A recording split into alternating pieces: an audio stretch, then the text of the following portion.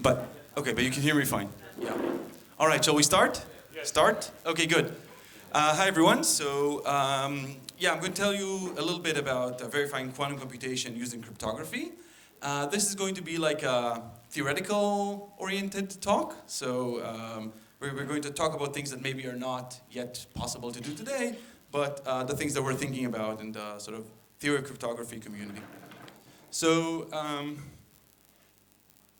good. So the theme of the talk is how a classical party utilizes a quantum computer. So, we're us. We're basically classical. I mean, we're quantum systems, but our interfaces are classical. And then, we maybe build a quantum computer, and we want to interact with it. And the question is how we do it. And, well, okay, why is this a problem even? You build a quantum computer, and then you tell it what to run, and it runs it for you, and you're done. So ideally, that would be the case. But still, in some cases, you'd want to be able to verify what the quantum computer is doing. Well, and that could be for various reasons. First of all, like this quantum computer can be faulty. So maybe you did your best to build a quantum computer, but you only fooled yourself that you're actually doing something quantum, but actually maybe like all the quantumness cancels out, and you're not actually getting a quantum effect, even though you're thinking that you are. Or maybe it's adversarial. Maybe someone wants to make a claim, make the bold claim that they built a quantum computer, but that's actually not the case. They're just trying to fool you. So you'd want to verify. So that's sort of one motivation. The other motivation is that even when people have quantum computers that are certain are working correctly, they're likely at least at first to be expensive and hard to maintain. So I don't know. We're not expecting to have quantum computer in our living room, but rather have maybe a bunch of big providers to have these quantum computers, and they provide it as a service, which is basically what happens today, even with the sort of noisy quantum computers that we have today. And then we want to be able to sort of verifiably delegate our computation. So we have a computation that we want this sort of we want this quantum computing provider to perform, and then we're basically just sort of sending a task onto somebody, and we want to make sure that this is done right. So it is. Hopefully, this is like a bit of motivation on sort of this whole. By done right, do you mean privately, or No, done right. That's correctly. Yeah. We're going to have a bit about privacy, but only the tool. So the goal here is to talk about verification. Yeah. This is. I mean. There's only so much that I can talk about. So the focus of today is going to be the connections to cryptography. So using tools from cryptography in order to actually achieve these goals. Yeah. So this is what we're going to try to do today. So what are we actually trying to do? So this is us, a very puny classical entity that doesn't know how to do much, but can do a little bit. And then there's presumably a quantum computer, but we're not sure. So there's something that claims that it's a quantum computer, and we want to sort of interact with it. So the first thing that we want to do, and this sort of connects nicely, I hope, to Dorit's talk, is to sort of demonstrate that this device that you're building actually has super classical powers, that you build a device, quantum, not quantum, but it does something that you didn't know how to do in a different way. And this is this notion that Dorit called quantum advantage. It has many names. I'm going to call it proof of quantumness because this is, I think, the name that is usually used in the type of literature that I'm referring to. Sometimes it's called quantum supremacy. Actually, I think quantum advantage is a very good name, but proof of quantumness is a name that kind of stuck in our area, so this is what I'm going to call it. So you want to prove that this thing actually does something quantum and not just like a very big and expensive classical machine.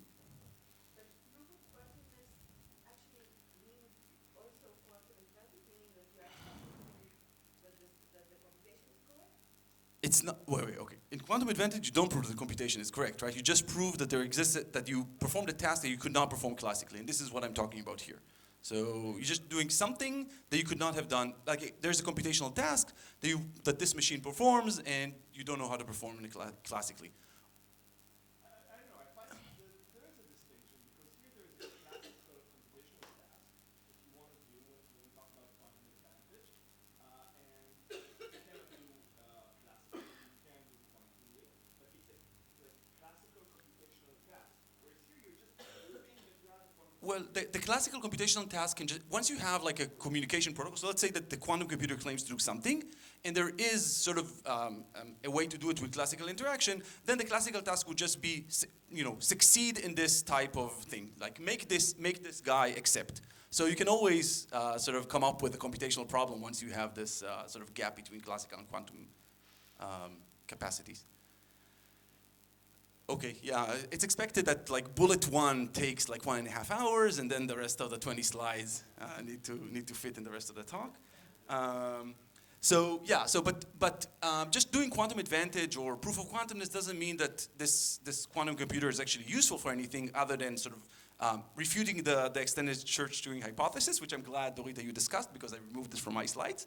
So it also has, I guess, philosophical implications, but it's good that Dorita discussed it, because I'm not going to. So now I want to actually be able to do something useful. And there are actually many things that you can think about, many tasks that you can think about, many useful tasks that you can think about performing quantumly, and you'd want to verify. But what I'm going to talk about today is actually like maybe a little bit of an outlier, and I'm going to discuss much down the line why it is a bit of an outlier. I'm going to talk about the task of certifiable randomness. So we know that using a quantum device, you can actually generate randomness just by sort of generating a quantum state and generating, let's say, a plus state and measuring it in the computational basis. But I can just give you a bunch of numbers and tell you that they're random, and tell you that I produced them using a quantum measurement, and you're not going to know.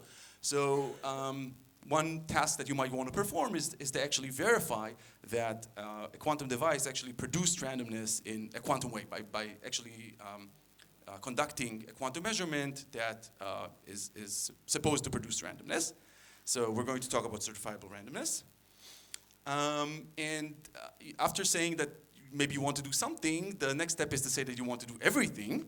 And that's what we call classical verification of quantum computation, where we have some general quantum computation that we want our quantum computer to perform, and want to be able to verify that it's actually done it right. So that the answer that we get, so there's a quantum algorithm that we want to run, and we're telling the quantum computer to run it, but we also want to be able to get a proof that the answer that we got from executing this algorithm is actually what we wanted. And there's a bit of a subtlety here. That's why I said certifiable randomness is a bit of an outlier, that this classical verification of quantum computation actually does not imply certifiable randomness, even though these things are connected. In a sense, certifiable randomness is not like running an algorithm. There's no answer to a question, but rather you want to have some statistical properties of the output. And that's why it's a little bit different. So just putting it out there. But but somehow this seems like a harder task. And as a bonus that maybe we'll get to, we were going to have a tool that is interesting in its own right, I think, which is to try to use this quantum computer in a privacy-preserving manner. And if we're thinking about sort of having a third-party provider and you want to run some computation on it, maybe you don't want them to know what computation they're running. So we're going to talk about a theoretical tool. I mean, in principle, it's possible to do it, and that's using a tool known as quantum fully homomorphic encryption. If we get to it, we're going to say what it is and how to actually use it as a tool to achieve like these other tasks that we talked about just a minute ago. So this is the plan, and what I'm going to do throughout the talk is to go over a bunch of like approaches or paradigms on how to achieve like some or all of these goals. And some of them are I'm just going to skim, and some I'm going to talk a little bit more about. Good. Oh, and I should emphasize that like all these things that I'm talking about are sort of only assuming that I'm talking to a single quantum device. If you're allowing like this CHSH type scenario where you have two or more devices that you know are non-communicating but can share entanglement, then they're actually like all these problems are still like valid problems, and people actually thought about them and have good solutions for. So really, in some sense, some of these approaches that we're going to see are going to be in the form of trying to like adapt or understand how to take these approaches that work with multiple devices and just run them with a single quantum device using the magic of cryptography. So let's go. So the first thing that Dorit also mentioned is like if you go back to the 90s, you have Shor's algorithm that addresses this problem of factoring. So we have a number n, a big number n, many, many digits. And we know that n is a product of two prime numbers, p and q. Let's say that they both have roughly the same number of digits. And I'm giving you the number n, and you want to find p and q. This is considered classically intractable, at least in the sense that there's a lot of money, like maybe all the money in the world sort of relies on this sort of being true. So we don't know how to solve this problem efficiently. And by efficiently, I mean in polynomial time, in the number of bits of this number, of the input n. And there are many cryptographic applications to factoring and derived computational problems. And perhaps the thing that made people realize that quantum computing is interesting, I don't know, the way you tell me, is this sort of realization by Shor that you can actually solve this problem efficiently using a quantum computer. So you want to solve in time polynomial in the number of bits, so the time complexity is going to be polylogarithmic in the input, in n. And Shor showed that you can do it, and then people were like, oh wow, these quantum computers, they can do stuff that we didn't think were possible. And this suggests a very simple way. Oh no. It's the screen here, okay. Wait, no, this is not what it's supposed to be. Okay. Strange. Okay, so there's supposed to be like these pack of qubits here. We'll see what other surprises PowerPoint summons for us down the line. So this suggests the following algorithm. If you want to do quantum advantage, you generate this n. You can even generate it yourself. You can just sample p and q and multiply them by yourself, but don't tell the quantum computer what the p and q are. And you send n to the quantum computer, and it's supposed to factor for you, and then you check if it factored correctly. And this is a very simple, very straightforward way to do quantum advantage. And in some sense, it's kind of a gold standard. Like, right, this is this thing that people would really want to do if you could do it on a quantum computer. It's very easy to verify. There's just two messages. You generate the thing, you send it, you get the answer back, and you check. So many advantages to this approach. But unfortunately, we're not done yet. Like, this is not, we can't just go home. So Shor's algorithm is polynomial, but it's still expensive. Like Deutsch says, just being polynomial doesn't mean that you can necessarily do it. You need many, many qubits and many operations, at least compared to what we know how to do today using quantum hardware. So it seems like, in the near future, we're not expected to be able to run Shor's algorithm in the regime of parameters where it's classically hard. Shor's algorithm is factoring is classically hard, but it's not that classically hard. I mean, it's like 2 to the third root of n or something, third root of log n.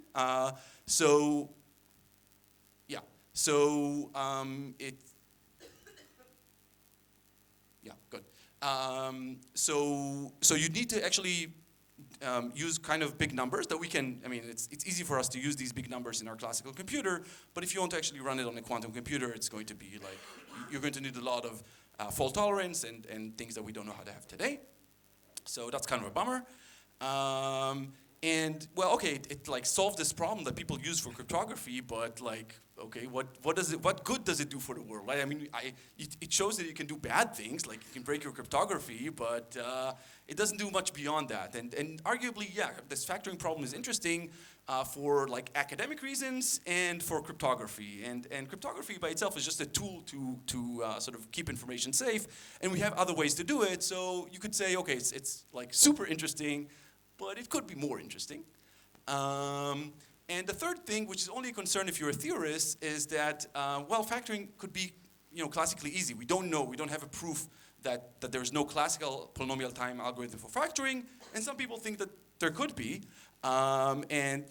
For us, if someone came up with a classical algorithm for factoring and they used it just to pretend that they have a quantum computer, that seems pretty silly. Like, you wouldn't expect people to actually do it. So it's not a concern if you care about like actual quantum advantage experiments, but theoretically it would mean that this approach doesn't work. It does not give you quantum advantage.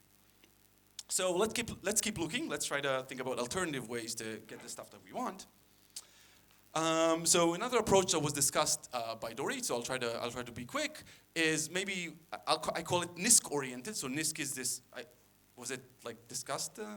Noisy intermediate scale, so like the quantum computers that we have today. And this is this approach of random circuit sampling. And the basic idea is that, well, you know, someone built these quantum computers. What are they supposed to do? What is the functionality of this thing? You give it a circuit to run, and it runs it. So let's try to use this to get quantum advantage. And as Dorit mentioned, what you're going to do is to come up with a distribution of circuits. And you're going to sample a circuit from your distribution. And this quantum computer is going to run it on like some default input on 0. And it's going to measure the output in the standard computational basis and send you the outcome. And then you're going to check whether this X, this sample that you got, actually comes from the correct distribution. And somehow this is supposed to give you quantum advantage. And it relies on this assumption that you can come up with distributions of circuits such that sampling from these distributions is actually classically intractable. So why is this justified? Well, okay, so we can prove in computer science, so I didn't want to use complexity theory terminology here. You can come up with distributions over circuits such that approximating what the probability is. So now I'm like saying, for every x, there's a probability that x occurs, right? So now I'm talking about like a different problem from sampling. I'm just talking about the problem of approximating the probability that some x, that you got some x from some circuit. This task is hard for some families of circuits. And we also know that if you can classically sample from a distribution, then you can also convert it into an approximation algorithm for this probability distribution. Sorry? What? That's not the exact approximation. Thank you, Miki. Right. So you'd want to put these things together, but it's not the same notion of approximation. So so one of them is so here you need a multiplicative approximation, and what you get is just additive approximation.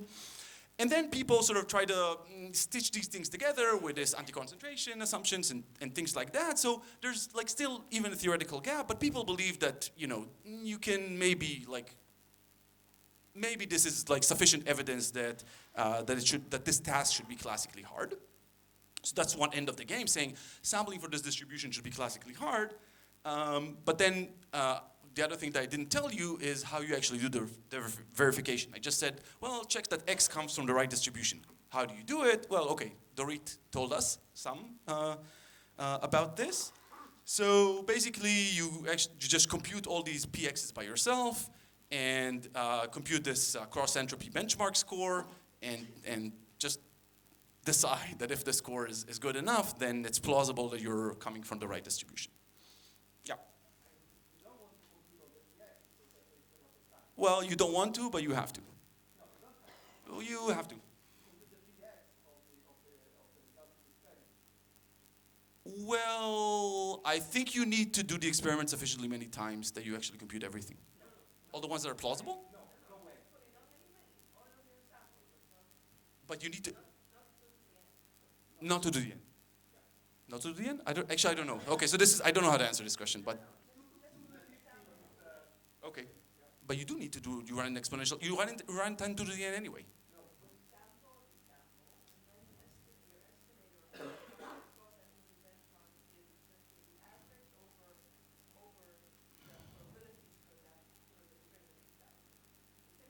Okay. Well, let me not talk about the things that I don't know well enough. So thanks for the comment here. But this is in general the approach. But still, the verification is going to require estimating these probability distributions, which is a hard task. So you are going to need to work in exponential time just to like do the verification. So so this is a problem. The verification here does not scale. It's sort of exponential in the number of qubits that you want to run your experiment on. And that's kind of like at odds with what you want to achieve, because in the end we want to be able to get, like when we build like big quantum computers, we're not going to be satisfied with just getting like saying, well, they have advantage. We built like a 1,000 qubit computer, but we know that it has advantage of like a 60 qubit computer. That's probably not something that we want. So that's not a great property to have, this cost of verification. There's another question of the relation between this cross-entropy benchmark score and sampling from the correct distributions. Like, how well do we know that if you get a good score, then you actually sample from the correct distribution? You still, like, in terms of assumptions, as I said, like, there's still like this issue of like we don't know how to like prove computational hardness for this problem. And in practice, again, though we talked about it, and I'm not an expert, like you have a lot of, if you actually like run this thing on existing computers, then like the noise actually reduces the significance of the results that you're getting. And let me just say, I'm going to say it in the next slide again, the fact that we can actually use it, make it like, you know, it's great, it's amazing. So let me not like these like downsides, or you have these downsides, but this is the only thing that actually works. So let's give it the respect that it's due. But yeah, but the noise is the fact that you can run it with noise is good, but the noise really reduces the significance and makes you work much harder, and also introduces like issues like the one that Dorit mentioned, that like the only advantage you're going to get is like polynomial advantage, because you can actually with noise you can have polynomial simulation of this sort of random circuit sampling. So these are some downsides of this. Yes, oh. So just to make sure that I understand, so the actual thing is you run the quantum experiment many times, you get a bunch of X's. The result that you're saying is not that to approximate. The result you're saying is not that it's hard to approximate px individually, just to approximate all the distribution. No, right? no. Wait. So here it's actually hard to give an x approximate px. This is a hard problem for random C. This is. So how do you do the step where you're saying compute even a single? Here you're saying compute all px per use. Right, but they're saying that we don't need to compute all px. You just need to compute some. But even compute one, you're saying even it's hard, one is right, hard. It's right, not that you yeah, need to yeah. approximate. So the whole thing is hard. It's like it takes 2 to the, I said verification costs 2 to the number of qubits. It's like. Okay, so even a single entry is hard, and you're doing it for the ones where Even a single typical entry is hard, yeah. and then you're doing it for all the results. All the of ones that you have in experiments. the experiment. Okay. Yeah, so you need a classical supercomputer in order to verify this this thing. So, yeah, it's super duper. Yeah, that's the right terminology because it's twice exponential, right? You're doing it for many x's, and each one is. But it's not twice. It's exponential times the number of samples. This is I Yeah, guess the. okay. So poly times. So that's super duper. Okay, good. Actually, I don't know how many samples you need for this in order to get, like, if the number of samples is polynomial or exponential, it's like. Okay, yeah, so as I said before, you know, yeah. Mm-hmm.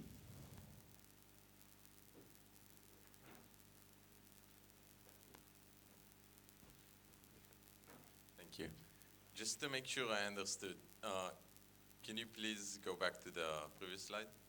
Thank you. So our goal is to find the distribution or approximate it classically? Okay, who is us? I mean, our goal is to check that the quantum computer does something that the classical computer cannot do in reasonable time. So the quantum computer like just gives you one of these things in a second, and then you're saying, okay, I now need to work like, you know, 5 hours, I don't know, 5 days on a supercomputer in order to calculate this probability. So we are given that distribution D, or the distribution D we are given. This is okay. Theory gives it to us. Okay. And again, there's something here about like you need. There's also like a little bit of a gap. If you want to use it on a computer today, like this distributions of circuits are not, as far as I know, are not exactly the ones that are supported by the quantum computers that you have today. So this is like another little bit of a gap that you have. But I think that's like a minor issue. Okay. Thank you. Yeah. Okay. Good. So.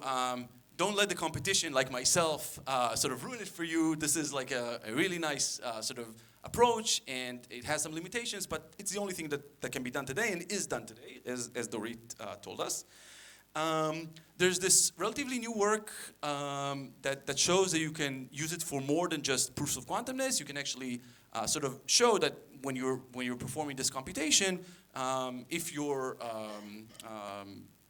linear cross-entropy benchmark is sufficiently low, then it means that under some computational assumptions, it means that you also can get the certified randomness. That you also get randomness in this X that you sampled. And there was a recent experiment of that sort of claims to have sort of perform this thing and generate it. So actually generating certified randomness is something that is now done by experiment, at least in some parameter regime. But Could you repeat, certify which randomness? so basically it just says that this X was, if your verifier here that runs in a lot of time says, yes, this is good, then you know that this X was actually produced by sort of a quantum measurement that generates entropy. So you know this X actually has like entropy. Maybe this is very specific to the record, no? No certifiable randomness. Either you want to celebrate it now or later, but it's an amazing notion, no? So yeah, so I'm not. I didn't.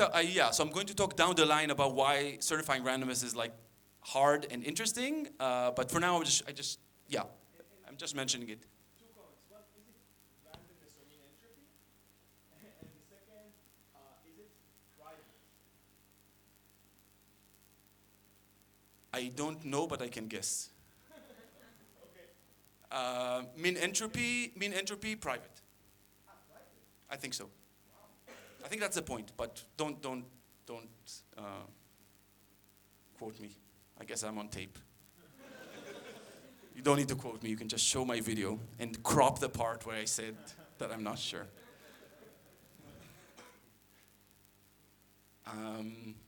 Okay, yeah, good. So I just wanted to mention, so this is what I'm going to say about random circuit sampling, except this last point where, so the theory people actually managed to find another connection to cryptography.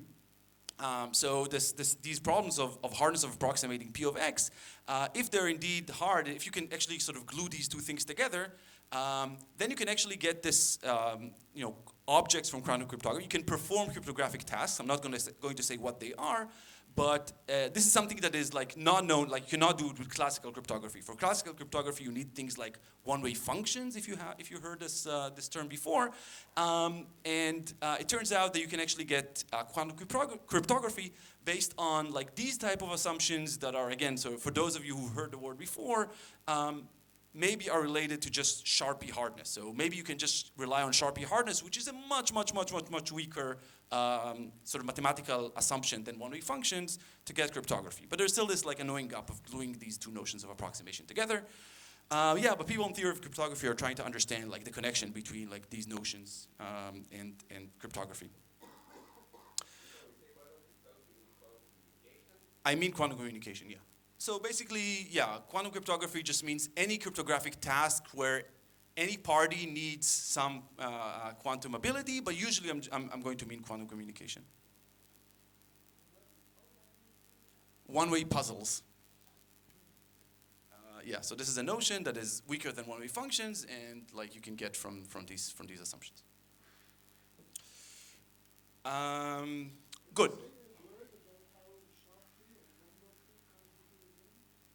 Yeah, I'm just going to say that like this, approximating the probability distributions of a random circuit, you can show that it's Sharpie hard even for a random distribution because Sharpie has a random self-reducibility, so you can do that. So this is like the extent.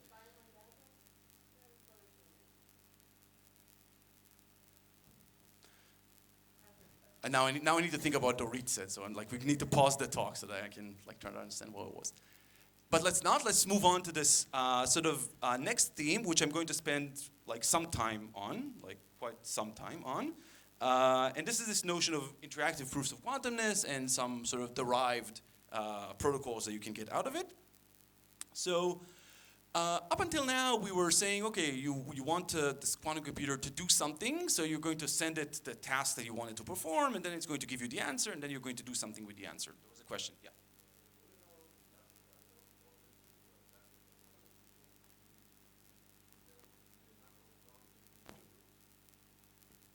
So I mean, LOCC usually talks about having multiple quantum parties. I don't see like even. In your case, you have two parties, even not one. So you know that you have a number of rounds that you need to do. So here, there's just one quantum party. This other party is classical. So there's like this is the whole theme of the talk. There's one quantum computer, and there's us who are classical, and we're talking to each other. So there's no. We are exchanging classical information. Right, but this party cannot do any quantum operations. So it's a very degenerate model of LOCC, right? It's like, I don't know.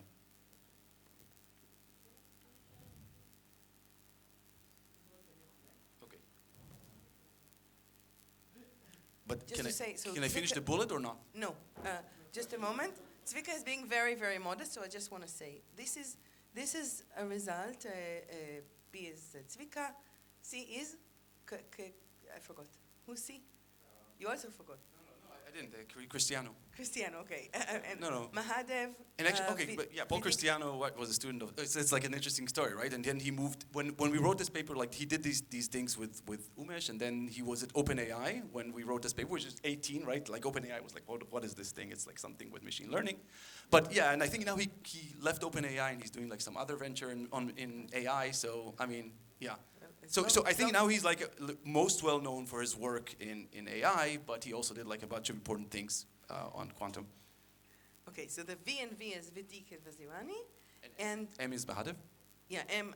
I said M is Mahadev, and Mahadev is so okay. So this paper is actually a real gem, and it basically sort of led to a whole field in cryptography, and it led to the breakthrough results that I talked about earlier about cryptographically verifying quantum delegations, which Zvika will talk about. But it also essentially has become a whole field, I think. Thank you for ruining my build-up. I'm sorry. Yeah, so so let's talk about this very important class of protocols. Yeah, so before we said, okay, you want to have quantum advantage, so I'm going to like give this quantum computer a task, and it's going to do it, and then I'm going to look at the answer and figure out whether it did it correctly or not. And here what we're trying to say is something that at first seems like kind of trivial. Maybe we can do an interactive protocol. I guess Dorit also said like that interactive protocol seems to be like a pretty important and useful notion. But let's have more than just a challenge and response. Let's just like try to do even like challenge response and then like some additional interaction, and see if we can get some more mileage out of it. And it turns out that this could be helpful, and you can actually get. So let's talk about proof of quantumness for now, and then we'll see later what we can do in addition. So you can actually get proofs of quantumness based on like a cryptographic assumption.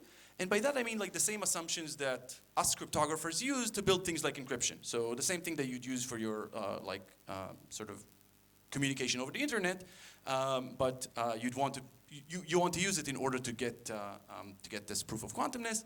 In particular, here you use the hardness of a problem called learning with errors. I'm not going to say much about it, except that it's sort of unlike factoring, we don't know of any quantum polynomial time algorithm for it. And there are reasons to guess that maybe it's hard even for quantum computers, and this is what I guess everybody who's trying to build like classical crypto systems that are going to be resilient even against quantum adversaries, this type of learning with errors or lattice-based cryptography are the approaches that people use. So, and what we're relying on, so I wrote here, I'm relying on the post-quantum hardness of this problem, which means that this problem is hard even to solve even for quantum computers. But actually, just a second, if you just want proofs of quantumness, then it's enough to assume that it's hard for classical computers. But we're going to do other things, and then we're going to also need for it to be hard for quantum computers. So I'm just writing one thing here, which is quantum hardness. Is it true that learning with errors is simply decoding? The decoding problem, because you have a sequence of linear equations with some errors. It's true that it's a decoding problem. You can think about it as bounded distance decoding for a lattice. This is for a random lattice. It's average case random bounded distance decoding for a lattice. If for anyone this is more informative than saying learning with errors, then okay, but it's a decoding problem. So the point, and this seems like a bit counterintuitive, because when we talked about like factoring and like the tasks that we talked about before, challenge response, we wanted some tasks that are sort of quantumly easy and classically hard, whereas here we don't need to assume easiness at all. Like all we need is to assume hardness, and as I said, you can even for just a proof of quantumness you just need classical hardness, but you don't need to assume quantum easiness at all, and yet you get you get stuff that you can do with a quantum computer. So that's good. So yeah, this approach actually allows you to get these proofs of quantumness under like an assumption that people believe, I think. At least the people who determine the standards for encryption believe that this is secure. And the verifier that you get here is actually efficient. So you have this secret randomness. So the verifier here is going to sort of generate some challenge and keep some secret information hidden from the quantum computer, and then it's going to interact with it, and it's going to use this secret randomness in order to do the verification. But the verification process itself is efficient. It's not like you don't need to run an exponential time like in the random circuit sampling approaches that we had before. So that sort of solves the scalability issues. And yeah, the point is that we're going to start with proofs of quantumness, but it can actually be extended to also get certifiable randomness and classical verification of quantum computation. So how do we get scalability? So just because the verification is efficient, it means that we can do it with any number of qubits that we want. Like we can scale so in cryptography, what we call the security parameter, which is sort of what is the power that we sort of allow the adversary to have. So we can scale it as high as we want, like so long as it's polynomial, and the verification is still going to be efficient. Like the verification scales polynomially with a security parameter. This is what we do.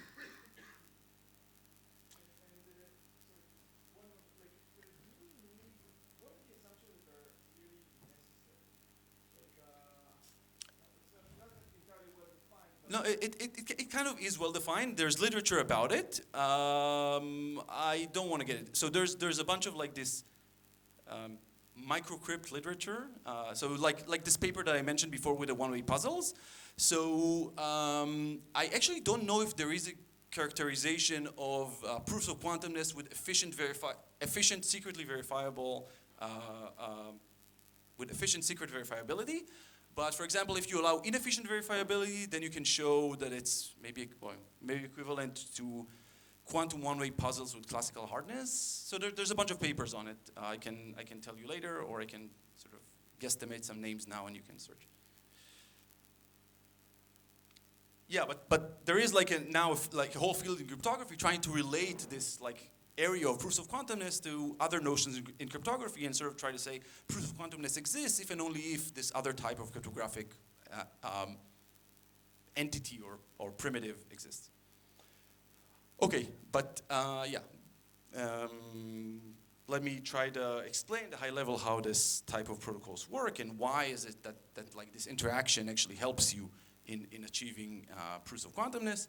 So like the basic building block of the protocol has 4 messages. So verifier sends to prover, you get a response, then a challenge and a response. And yeah, there's some letters that are written here. Let's try to understand what they are. So the first 2 rounds, in the first 2 rounds, you can think about them as trying to perform a classical commitment to a quantum state or to a superposition, and let me explain what I mean. So a commitment scheme is like one of the most basic notions or primitives in cryptography.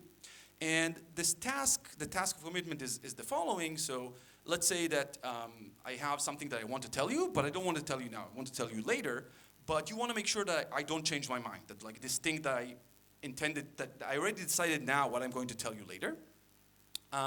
And in a commitment scheme, what I do is I take this information and I encode it in some string, and I send you some string of information, and the string does not reveal to you what is this story that I want to tell you later is, but it binds me in the following sense. So down the line, when I want to actually sort of tell you the information itself, I send it to you together with some proof that actually sort of guarantees to you that there's only sort of one way that I could have opened this commitment. So there's a commitment phase and an opening phase. In the commitment phase, you're sort of getting an assurance that I'm not going to change my mind, but you don't know what it is that I'm like, what is the information that I want to tell you.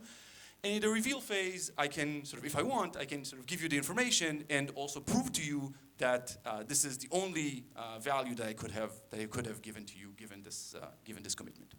So this is like a super useful classical primitive. And here you want to do something that is more powerful in some sense. You want to be able to commit to a quantum value, and you want to do it using only classical communication. So this is what we want to try to achieve using these sort of first 2 using these first two round messages in the protocol. So in the first message, the verifier is going to send some like parameters that you need in order to perform the commitment. So the commitment is the committer is the quantum device. The quantum device is supposed to create some quantum state and commit to it. And the second message is actually the commitment. And I should say that in this case, we don't care that much about like the hiding part, the part where when I give you the commitment string, you don't know what the value is, because it has to be the case, right? I'm just giving you a classical string. Of course, you're not going to know what is the quantum state that I committed to. It's not important, but you get it for free. So what you get after these two steps is something that can be described as like a remote state preparation protocol. So I told you that in some sense, after this step, the quantum party has generated some quantum state, but, and we will see this later when we talk about the details of the protocol, it actually doesn't know exactly what quantum state it generated. And this is what prevents it from changing its mind later. So it performed some measurement, and it got some value, and it sent me this value, and this value Y is actually going to determine what is this quantum state that this prover was supposed to have generated, but the prover itself doesn't know. So this is important, and again, maybe it's confusing for now, and you can ask me about it even now. But I will say more about how this actually happens.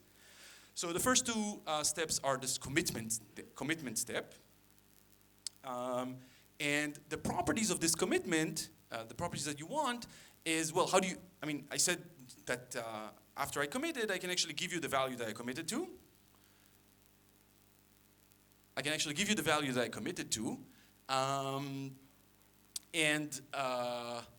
But here we just have, so the value that I committed to is a quantum state, and like the protocol is classical. So what does it mean? I'm not going to give you the quantum state.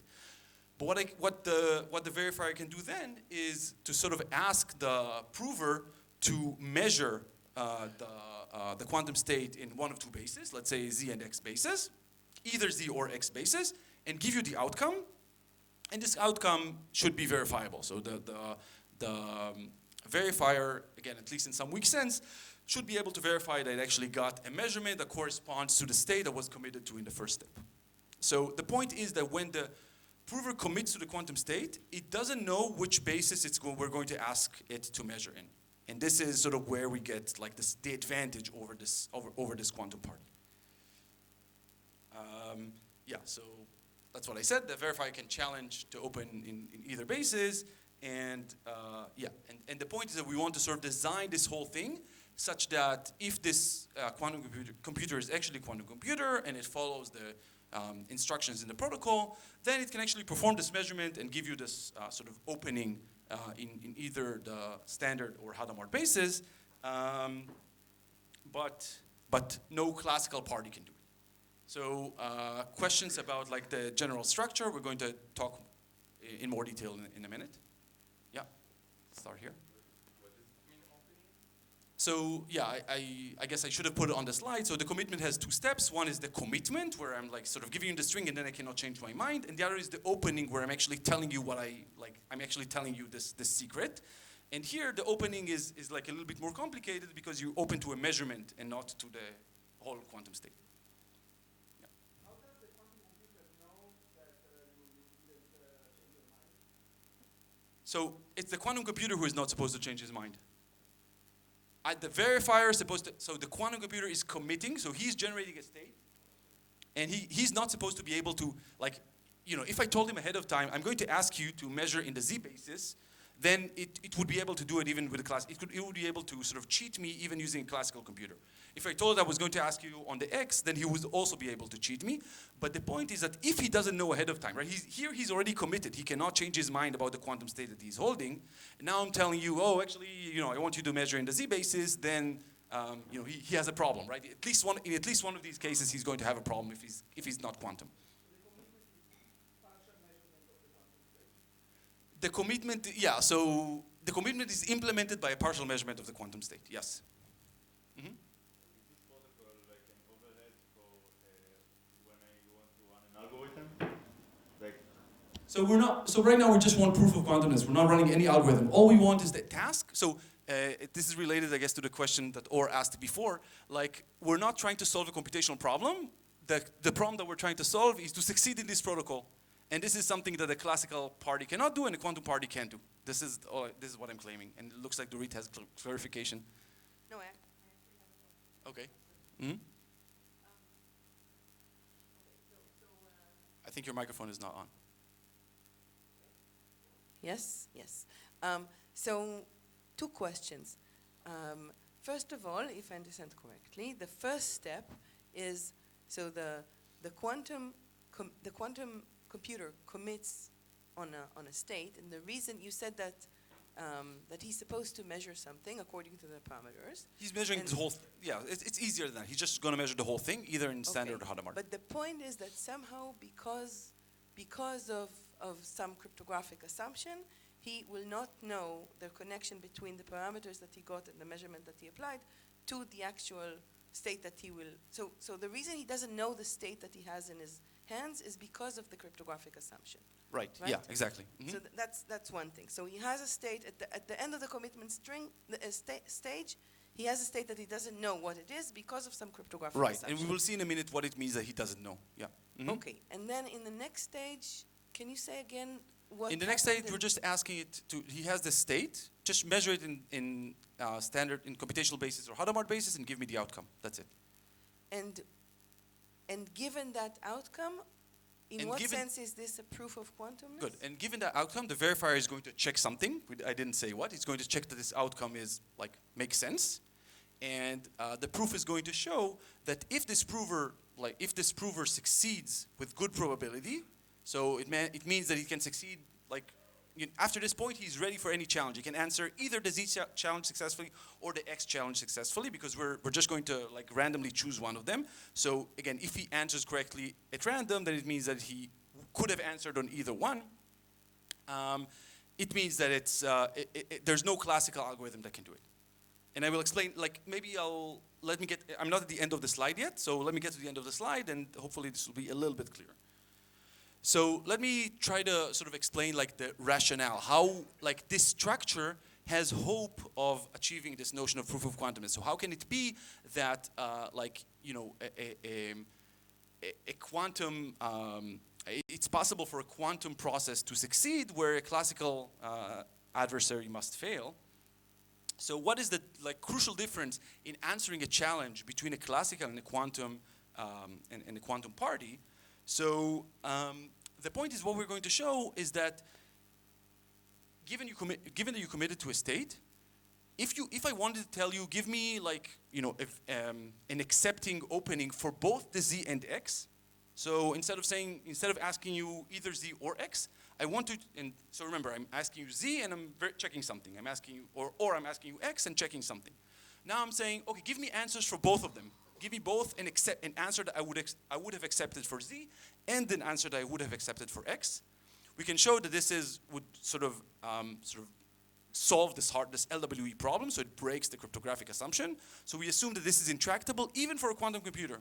So nobody can give me both a good opening for Z and a good opening for W at the same time.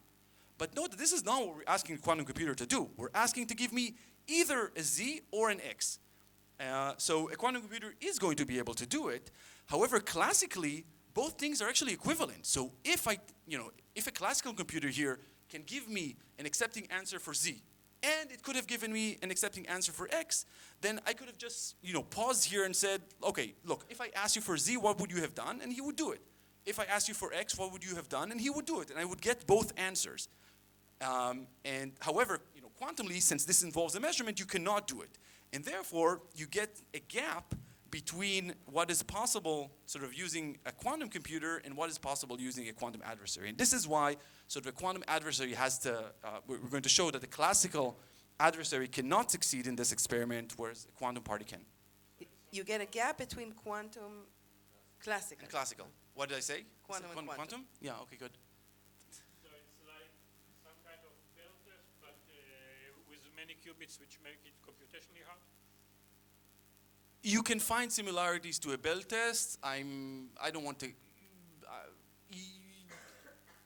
I don't want to say much Because more about it. what you say sounds like, okay, you can have simple variables, different variables, that would allow you to view both of the I- Yeah, in some sense, this is kind of like talking to like doing a Bell test, but like just thinking about the second prover after or you already talked to the first prover, and then you just sort of querying the second one. So this is what happens in the two prover like Bell test or randomness generation, and I don't know, you can think about this as similar, but But the hardness is not because it's many qubits and you can't simulate them. The hardness is because it relies on a classical problem. I mean, the hardness comes because I'm able to perform commitment, because I'm able to have this functionality where after this point the prover is somewhat bound by the state that it has. Yeah. So yeah, the last point is just to say that.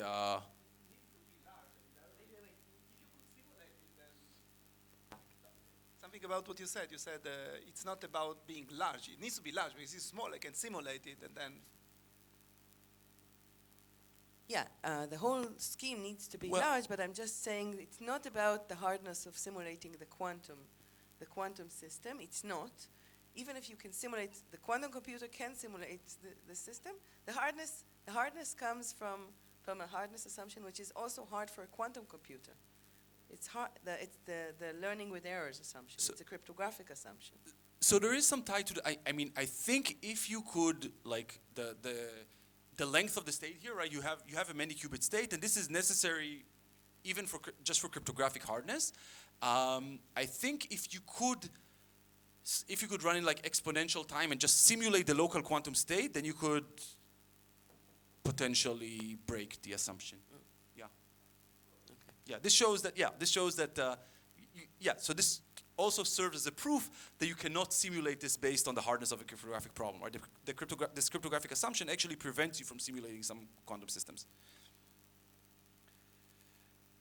Okay, now I want to be a bit more explicit about how, and yeah, we'll see at some point we'll take a break. So how we sort of actually implement this outline. So we want to sort of come up with a commitment scheme, with a classical commitment scheme to a quantum state, and the starting point is a classical commitment scheme to a classical state that goes back to the 80s. I'm not going to say much about this. It's just for the sake of reference. This is like a new angle, a new application for this idea that's been around since the 80s, and which is pretty cool. So here's the cryptographic tool that we need. We're going to need like a family of functions. So in cryptography, it's always like a family of functions. So you sample a function from the family because the hardness comes from not knowing which function. Like for each individual function, maybe you can sort of tailor something that breaks it, but I'm just going to give you a distribution. I'm sampling like a function from this distribution. Each function in this distribution is basically two permutations glued together. How do we see it from this syntax here? So it takes two inputs. One of the inputs is a bit, which just tells you first permutation or second permutation. And then the second input is the input to the permutation, and this is just like applies this permutation. So F0 and F1, here I'm writing injective, but like again, for our purposes, we're just thinking about them as permutations. It's not actually possible for us to get permutations, so you get some more relaxed and complicated notion, but you know, for our purposes, let's assume that you can actually get these permutations. And what is hard about these permutations? Well, you know, I sampled an f, like I sampled a function f from this family, and I gave it to you. And now what I want is to be able to find a collision. So we have two permutations. We want to find an input. We want to find an input for each one of these permutations that have the same output. Yeah.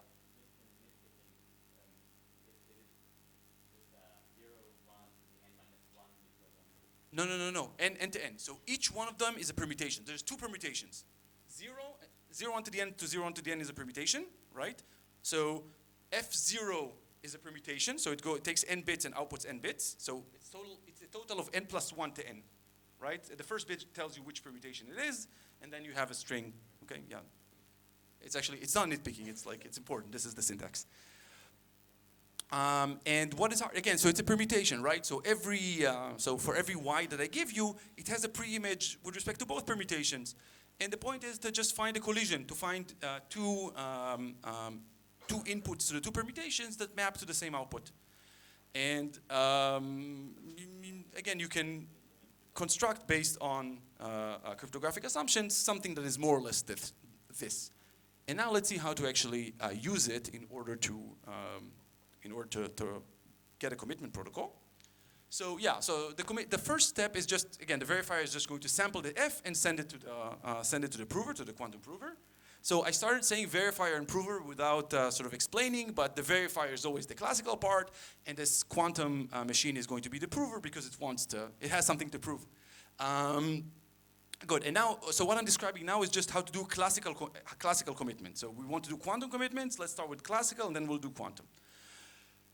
So how do we do classical commitment with this?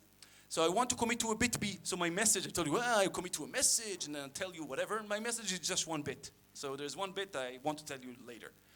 So what I'm going to do, I'm just going to generate a random X, and I'm going to compute F on B comma X. So B is just going to say I'm using the first permutation or the second permutation, and I'm going to send you the output. So this is how I'm going to commit. And in order to open, I'm just going to give you the B that I wanted and also X. What you're going to check is that actually, if I run F on B and X, I actually get the Y that I got in the beginning. And so why is it a commitment? Why can I not change my mind? So after I sent you Y, notice that in principle, if I had like unbounded computational power, I can actually find, like I send you B equals 0, I can actually find B equals 1 and some X prime that will lead to the same Y. So in principle, I can cheat. But then this hardness assumption comes up and tells you that this is actually going to be computationally hard. So whereas it is sort of statistically possible to cheat in this commitment game, to violate the binding of the commitment, as we call it, the cryptographic assumption or the hardness of this problem actually guarantees that no efficient prover can actually do it. So this is how you do the commitment classically. And to do it quantumly, you just do it in superposition. So you're just going to generate a uniform superposition over all the possible B's and X's. So it's just going to be a uniform superposition. And you apply F to it, and you measure, you just measure the second register. I guess I'll add here. So you're just going to measure the output of F, right? So each F defines a measurement on this, which just says I take B and X and compute Y, and this is what I measure. So I'm going to send this Y out, and then what I'm going to get, what am I going to get sort of left over in my register? I'm just going to get all the possible B's and X's that are consistent with the Y that I sent, and there's going to be exactly 2 of those, right? Because this Y has a permutation with respect to has a pre-image with respect to the first permutation and a pre-image with respect to the second permutation. So you're just going to end up with this superposition. However, notice that the prover, it knows that he generated the Y, and it sort of, I guess it knows that it has a superposition over the 2 pre-images, but it doesn't know what these things are. It has a superposition. I mean, it can measure it in the standard basis and find one of these X's, but then he's just going to ruin the whole thing, right? So in that sense, the prover is actually sort of committed to a state without knowing what the state is. So this is how the commitment step works. Yeah. Mm-hmm. So what do you mean, send the function to the prover? So the function is exponentially big. It's What form do you send it? no, the function is, I mean, the truth table is exponentially big, right? So I guess, thanks, Leo. I should have been more explicit. I just mean, so just think about these. All these functions are polynomial time computable. So I can just sample a circuit that computes the, so think about it as sampling a circuit that computes the function f. So yeah, I guess I was so in my own head that I didn't think about mentioning it. So, whenever I'm saying that someone needs to compute something, I'm implicitly sort of, implicitly requiring that this something is computable in polynomial time. So by saying that there's these functions and you can compute them, I'm actually meaning that this is a family of functions where each one of these functions has a polynomial sized circuit that computes it. And this is what the verifier is sending to the prover. Mm-hmm.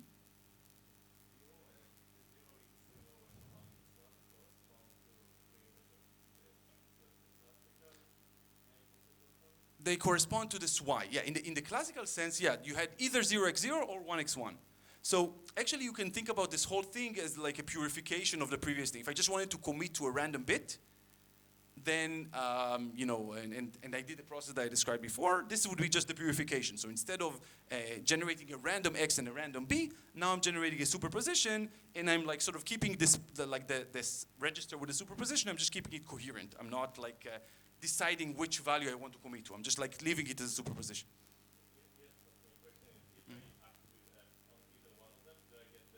You get what? You get y.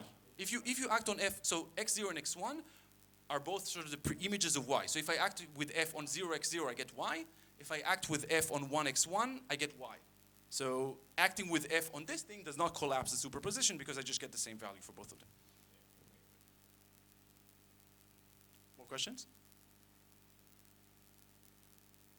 And yeah, so and then the opening is really just I'm just going to either measure this register in the standard basis or in the Hadamard basis, and I'm going to get the answer. I didn't say how the verifier checks that the answer is okay. I think I will do it next, and then maybe we'll take a break, maybe. Okay. So I guess I sometimes call them primal and dual. In the beginning, it was all primal and dual, and then I changed to Z and X. But actually, I think primal and dual has like more genericness to it. So okay, so the primal measurement, the standard basis, the computational basis, what it's going to give me is just like either one of these things at random, either 0x0 or 1x1, and then all I need to check is really that when I apply f, I get the y that I got, so the check is easy here. In the Hadamard basis, well, okay, so Sorry, can you say again the check? So the check is just to check that when I apply f to this, I get y. That's it. It's not much that you can do here. Just check that it's consistent with the first message that you got. The second case is more annoying. So what you get is two values. You get a bit and a string when you do in the Hadamard when you do the Hadamard measurement, and sorry, all of the qubits. I have to send you a classical string. You need all of them in Hadamard. Yeah, all of them in Hadamard. And then what you get, so I'm not going to do a calculation, even though it's fairly like standard. You get like a linear equation. So what you get is a bit v and a bit string w, such that v is equal to the inner product, like the binary inner product between w and the XOR of these two strings. And yeah, I mean, maybe I could have done the calculation, or you can try to like do it pretty quickly in your head. But at least, you know, if you're the honest prover, then this is what you're supposed to give me. You're supposed to give me a random v and w such that this equation holds. And this is a bit harder to check because the way that I described it, we don't know x0 and x1, we only know y. And this is why we need like a slightly stronger object than what I described here. We're going to also have a trapdoor, so it's going to be a bit more elaborate. So you can sample a function f, and if I only give you the function f, everything is the same as before. But during my sampling process, I can generate f together with a trapdoor. And using the trapdoor, I can actually invert. I can actually What is trapdoor? Yeah, okay. I'm explaining what a trapdoor is. A trapdoor is like a secret key. It's secret information that allows you to compute things that you should not have been able to compute otherwise. Tali? Oh, okay, good. So I did. Okay, so the issue here is that I want to check that this equation holds, right? So the question is, what do I verify for Hadamard basis measurement? So legally, I'm supposed to get something that corresponds to a linear equation on the XOR of the two pre-images. And this is what I want to check. I get V and W, and I want to check that this equation holds. But if like the verifier so far, actually the verifier doesn't have any secret information, right? It knows exactly what the prover knows, so it cannot compute this x0 plus x1. You need both the pre-images for this. And you don't have any, like the verifier doesn't have any pre-image. What? Right, I need the XOR, and yeah, sort of like, the way that we're actually doing it is by recovering both of them. Maybe you can do something like more relaxed. So what we're going to do is to allow the verifier to do this whole thing, but to keep some secret information that will allow it to recover x0 and x1 if it wants. So the prover for the quantum guy, this is still hard. He doesn't know that there exists a trapdoor even.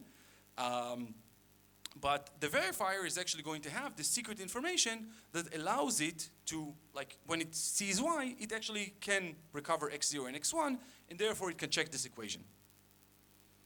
So for the dual measurement, you actually need secret information. For the primal, you don't, and that's actually also important. But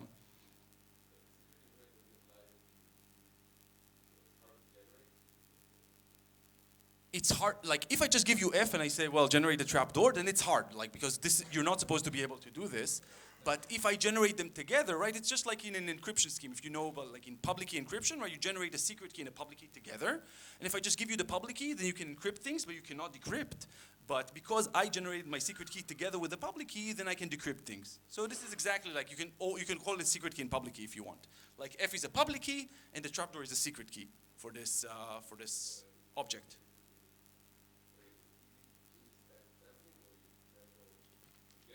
It's possible. It's possible to do this kind of sampling. Yeah. So this is the object that you need. So yeah. So like, okay, we need to sort of rethink about what happens in the protocol. So actually, the first step is a little more complicated than I described in the beginning. You generate f together with a trapdoor, but you just send the f to the prover, and the trapdoor you really keep hidden until the end of the protocol. And when the protocol is done, use the trapdoor only if there's a Hadamard measurement. You say, oh yeah, I actually have the trapdoor, and I can check the validity of this equation. And this is how the verification works. So this is the protocol. Any questions here, and then we'll take a break? Yeah, whoever wants to go first.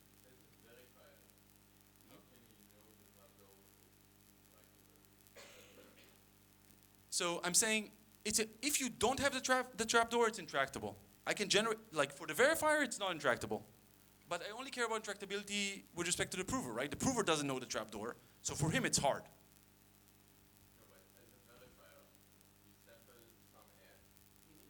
Yes? You know the trapdoor that So I'm saying it's possible to sample f together with a trap. You have to do it from the beginning together. You sample f and the trapdoor like at the same time. If you just sampled f and now you say, well, where's my trapdoor? You're in trouble. Okay, you have to. Or you can even think about, I first sample the trapdoor and then generate f from it if you want.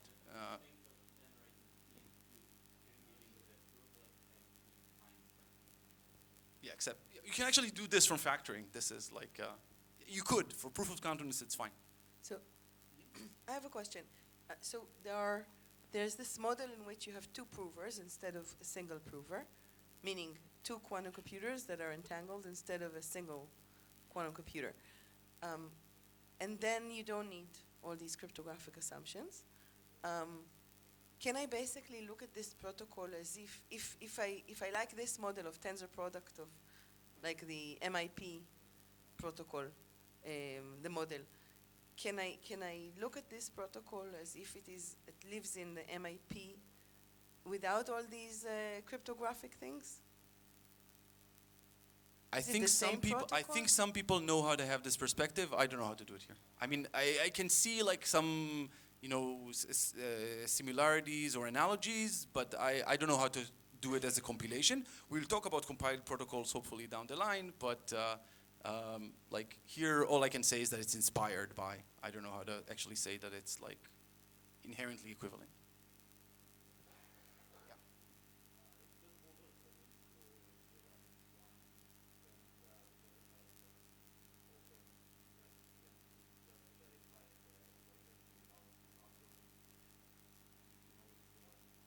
How do you know x0 and x1? All I get is y. So if there was no trapdoor, you just have y, and then you don't know x0 and x1. So no, he can do either z or x, right? If he does z, then you get one of them. You never get both.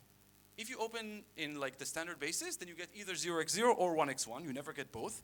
And if you do the Hadamard, you don't get either of them. You just get like some equation that depends on the XOR. So. Okay, so how the trapdoor helps you? So the trapdoor just helps you to verify this equation. So with using the trapdoor, the verifier can actually tell what x0 and x1 are. He knows what they are. He doesn't tell the prover. The prover doesn't know, the verifier knows, and he computes the XOR and checks if this equation holds. So the trapdoor allows you to invert F? The trapdoor allows you to invert F. Yes, sorry, I didn't say it explicitly. The trapdoor allows you to invert F.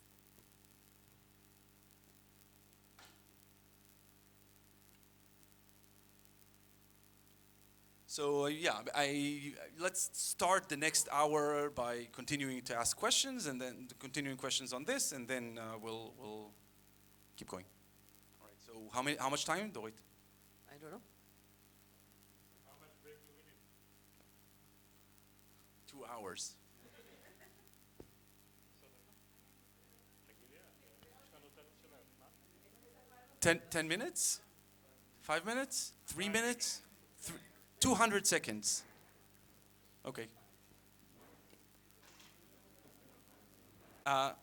Good. So based on some questions that I got during the break, I wrote some equations on the board that might clarify a little bit. So it seems like sort of how to go from, like, so here there's too many words and not sufficiently many equations maybe. So how do you go, you know, I send you F, how do you get this Y, and how do you get the superposition? So I wrote it a bit more explicitly. You start with a uniform superposition over all the possible B's and X's, and like a 0 ancilla register. So this has 1 qubit, n qubits, and n qubits. And then I have the description of the function f, so and it's efficiently computable, so I can compute onto the ancilla f of b comma x, right? So I have the in superposition coherently. I keep b and x here, and here I have f of b and x. Then I take this register and measure it in the computational basis, which gives me some value y, and y has n bits, right? This is an n-bit register, right? So remember, for each value of b equals 0, b equals 1, there is a permutation on the x's. So I just get some value y has n bits, and then what do I have left? I have, so this register I measured, so it's out of the question, out of the picture, and here I get a superposition of all of the pre-images that are consistent with the y that I measured. And because for each value of b, it's a permutation, there's only 2 of these values. There is 0x0 and 1x1, such that y is equal to these things. And this is the superposition that you get. So this is sort of a little bit more slowly and more explicitly how you go from y to computing y and being left with this residual register. The other thing that I wrote down is what happens when you do the Hadamard on this state. So I start with this superposition, and I do Hadamard. And yeah, this is just by definition. You get, so from this guy, you get -1 to the x0 inner product with w. With this one, you get -1 to the v plus x1w. And you only get non-zero probability when these two values are equal. So it means that v has to be equal to x0 XOR x1 times w. So this is where I got this equation. So again, if you're doing things legally, you're supposed to get like a random v and w for which this equation holds. So and this looks exactly like a Simon algorithm. So if you had a function like in Simon, which is periodic, by the same way as there, would yeah, serve your purpose? I guess any Fourier transform with cancellations would look like this. So yeah, I don't think that I can say anything sort of original about it.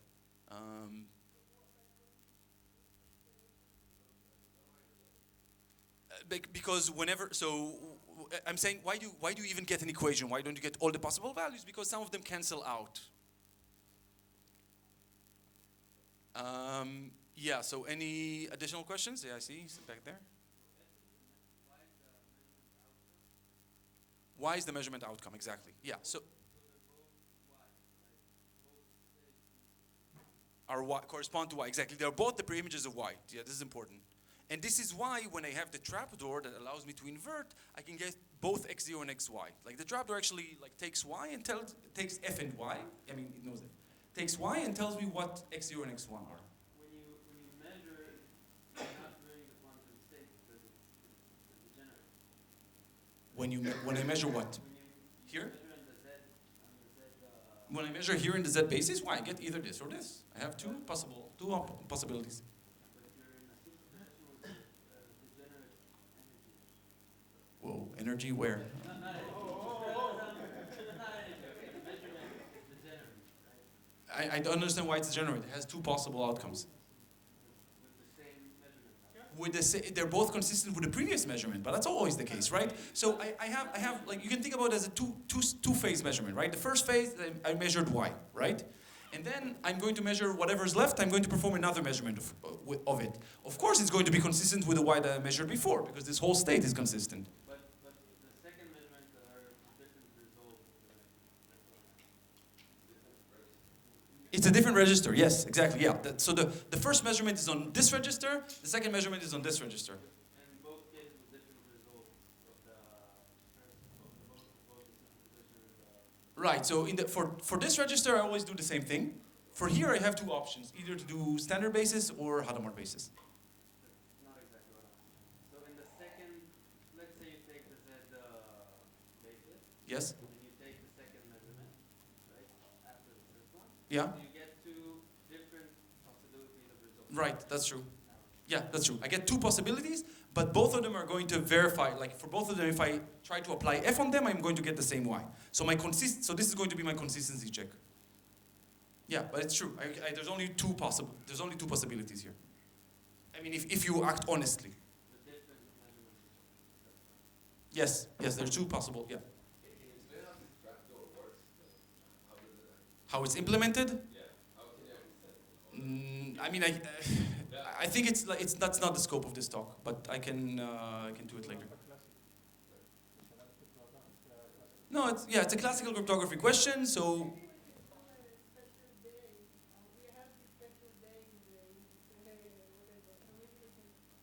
yeah. I mean, at this rate, we need to do a special day for each slide of my talk. But yeah. No, I'm joking. Like the rest, this is like, yeah, probably this is like the most technical thing that I'm going to say. Or maybe the next one? Yeah, okay, good. So you need this trapdoor, but does everybody understand like the thing with the trapdoor? That also seemed like something that people were like a little bit iffy about. I sample like, I'm going to use different terminology now, a secret key and a public key. The public key is going to be F. I'm going to send, like everybody's supposed to know it, even the prover. The secret key I'm going to use in order to invert F. This is what it is. Okay, so soundness is like the name for like why can't a cheater cheat? So now my cheater is this classical party that wants to wants to pass both of these tests. So so like I said before, like the outline is that a successful classical adversary, if it knows how to answer either challenge, then it also knows how to answer both challenges. And this is okay, now we take it as a given because we already know this from like 2 slides ago. So we have a classical adversary and it can open both the z and x. So it can give me both like some b comma x and v comma w that pass the test. So what we want to show is that it's hard, basically. We want to show that it's actually hard, both classically and quantumly, like the hardness. So it's actually hard to get y b comma xb and v comma w such that like both of these things hold. And I guess I'm not going to say much more than just that we proved it. It actually doesn't follow, like annoyingly, maybe, it doesn't follow just from like this sort of nice property of the claw freeness, like in the classical world. That's actually not enough. We actually need to prove explicitly for our family, for the family of functions f that we build, that this notion that's called adaptive hardcore bit is not going to hold. And it's hard, it's non-trivial, and it's kind of annoying, and it's not clear why you need it. But yeah, this is what we do. So sorry if it's unsatisfactory, but again, at least you can look at it and see that you don't see how you can possibly do it, right? So now, just think about like there's a function f. Nobody knows the trapdoor, so I need a trapdoor in order to run the protocol. But now when I analyze it, I can just say, okay, I have an adversary. It got f, and it generated all of this information.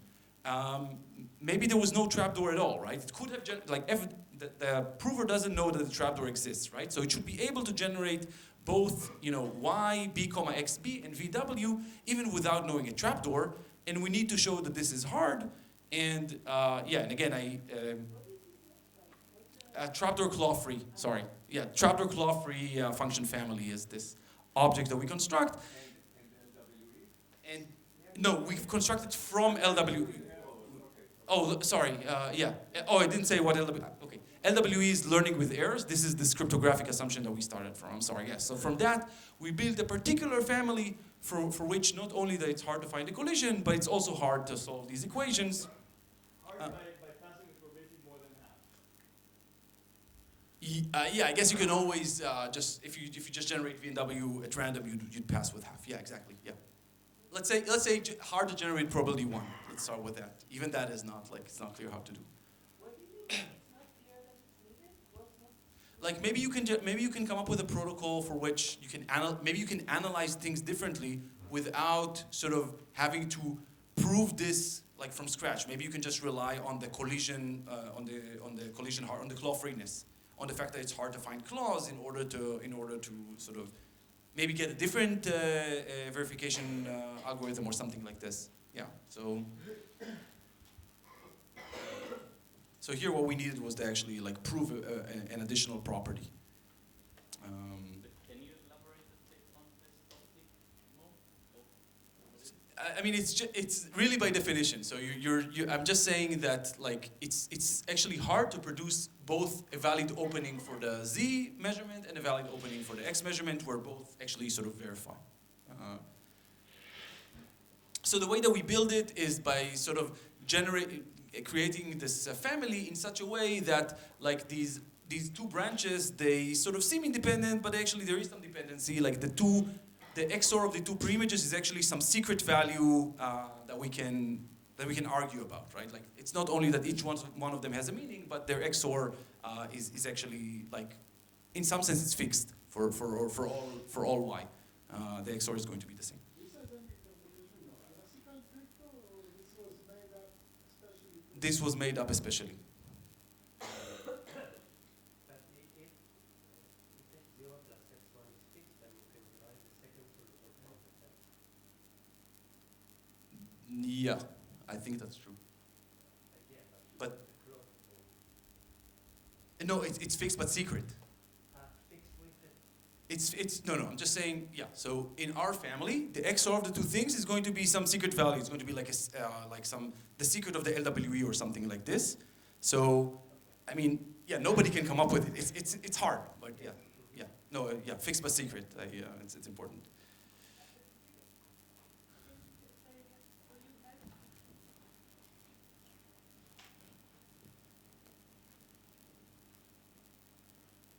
So also in the classical LWE there is a secret, and somehow here is a more advanced secret. So everything here is classical actually. Like this whole thing, the reduction is classical. So you can show that if you solve this, then you can also solve LWE. But somehow you learned, once you did this work, you understood something that LWE is in fact harder than what you kind of understood before in some sense? Yeah, in some sense. It's a property of LWE that was not known before, but was also not needed before. So, I see. Okay. yeah, and it did not find new applications, other than for Mahadev's work, which is sort of in the same line of work. Which is an important implication. But, so can you just say in 2 sentences what was the property of LWE that was somehow sufficient for the classical thing, and what is the extra thing which somehow wasn't useful for classical, but somehow that you use it here? So it's not a property of, if I understand, maybe I didn't understand your question, so you can correct me, but the thing that is used for classical commitment is just this claw freeness, that it's hard to find a collision here. So this is it, and this is enough for the classical thing. If we want to get our proof of quantumness, we also need to argue that it's hard to find like solutions for both of these equations, which is a different. It's like it seems incomparable, but it actually implies. I'm pretty sure it implies the. Okay, nice. And I should say that I will say it later, there are actually follow-up works that, just for this proof of quantumness, not for the certifiable randomness and classical verification, that have like versions of this protocol where you don't need this adaptive hardcore bit property. The annoying thing, it's both annoying conceptually, that why would you need an additional property, and also in order to prove it, you blow up the parameters somewhat. So if you actually want to use these kind of things for like, if you actually want to execute them, then it's better to remove it. implemented? Let's wait. I mean, it's okay. So it's not. No, you know what? Let's. What's the next thing? Yeah. Okay. Good. So I can talk about it now. This no. It's still pretty, like you need to do like these LWE based functions are pretty. You need a lot of computation and you need fault tolerance. You cannot. The point with this thing is that you actually need to do quantum computations. It doesn't seem easy to perform on a noisy machine.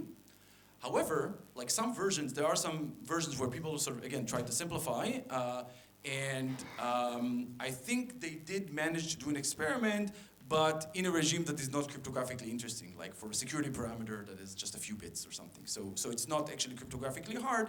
And they used, interestingly, they used trapdoor claw free. They used the trapdoor claw free that is based on factoring.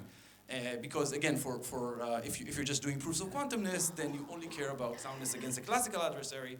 And for some reason, this factoring-based thing was easier. I don't know why. Yeah. So why can't you use factoring? okay, because we don't have the adaptive hardcore bit, so we cannot use factoring. We need adaptive hardcore bit. There are like other protocols like. Sorry, the adaptive hardcore bit was. Sorry. So adaptive hardcore bit we only know how to do for only know how to do for LWE. I don't think anyone tried to do it for let's say factoring based trapdoor claw free. But there are other protocols. It's like a 6-round protocol, not 4 rounds, and you can do it without the adaptive hardcore bit, that's the only one that I know that was implemented. It was already a while ago, so maybe people are doing more by now. So this sort of opened the door for like a bunch of like, families of protocols that have this sort of general structure.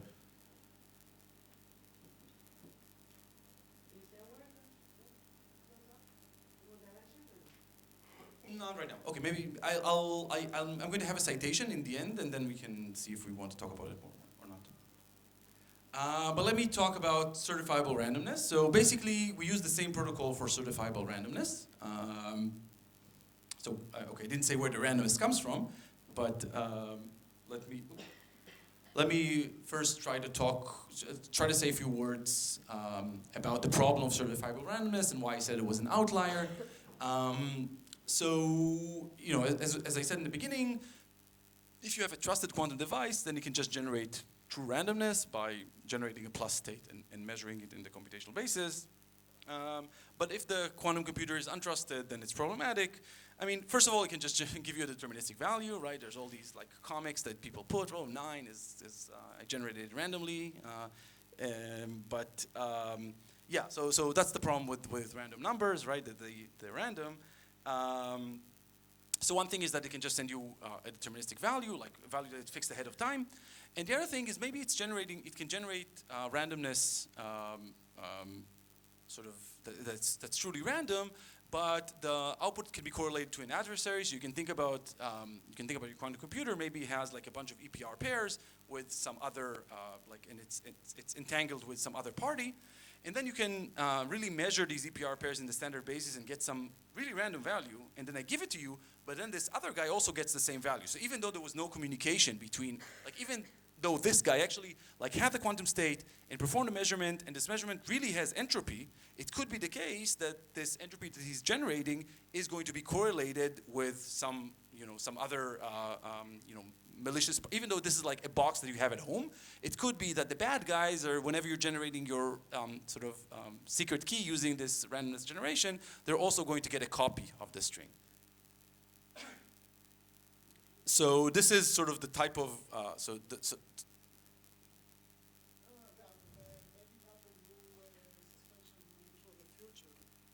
They will no longer bug you with listening devices, but will give you a bit that is entangled with somebody else's bit. Yeah. Right. I mean, you can definitely, people actually sell these devices that quantumly generate randomness, and it is a question. It's more like the first thing, right? Maybe there's this laser and all these things, but in the end there's just like some memory stick that contains a random string that the bad guys have, and this is what it gives you. This is it's a real concern, I think. Okay, but yeah, we want like this, the nicest theoretical model where it cannot, where you know at the end of the protocol that you got your randomness, and this randomness cannot be like, so long as the prover itself doesn't give the answer to somebody else after the protocol ended, no correlation that happened before the protocol began can actually give any party information about the randomness that you generated. So we really want like true randomness. And the protocol that we have is a protocol, so we need randomness to run the protocol. Like for here, you need to generate the function and do all these things. But you do this like very tedious calculation that shows that you can actually get more randomness than you started from. So yeah, you can't just get randomness from nothing, but you can start with very little randomness and get as much as you want. And it's important here that the randomness that you get is actually like statistical randomness. It's not like pseudo-random string or anything like this. And this is again also really important in the distinction between the things that you like that are easier to get and the things that are much harder to get. And so the point is that so long as the adversary, like this quantum guy, cannot break the cryptographic assumption during the execution of the protocol, right? So if during the execution of the protocol you cannot sort of break the assumption, then you know that you actually get like true randomness. Just a second, Dorit. If like afterwards, like you worked really hard and generated the randomness, and then afterwards, I mean, okay, you didn't work hard. You generated randomness, and then afterwards, some adversary works really hard and manages to crack, like to find a trapdoor, for example, for this function f. They still cannot say anything about the randomness that you got. So this is also an important property of these protocols. Like, and this is also, I mean, this is also true for quantum key distribution. But I'm going to explain something about the idea. Yeah, I wanted to know so we know that with extractors, like with expanders, we can actually expand randomness. But you need mean entropy. But you also start with invest a little something. Invest a little, no worry. For extractors, you start with a little randomness and a lot of mean entropy that is like, you don't know, it's like somewhere in the source, right? And then you can extract. Here you start with like a source and nothing. And then you get more randomness. Sorry, a seed and nothing, and you get more randomness. Yeah.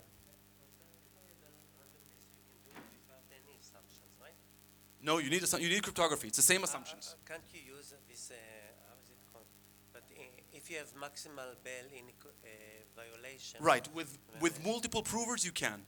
All of these things that I mentioned, you can do with multiple provers. The hard part is to do it with one. Or if the verifier can work on a single qubit, I guess, right? Yeah, in the single qubit models, actually I don't know about if you have a single qubit, you can just generate plus state and measure it. Then the randomness becomes easy, right? Yeah. I can just generate it one qubit at a time. I don't need to talk to anybody. So this is like a task where really like one qubit is enough. So being classical versus being almost classical really matters. Okay, good. Yeah, so that's what I said. You get randomness, random bits. Yeah.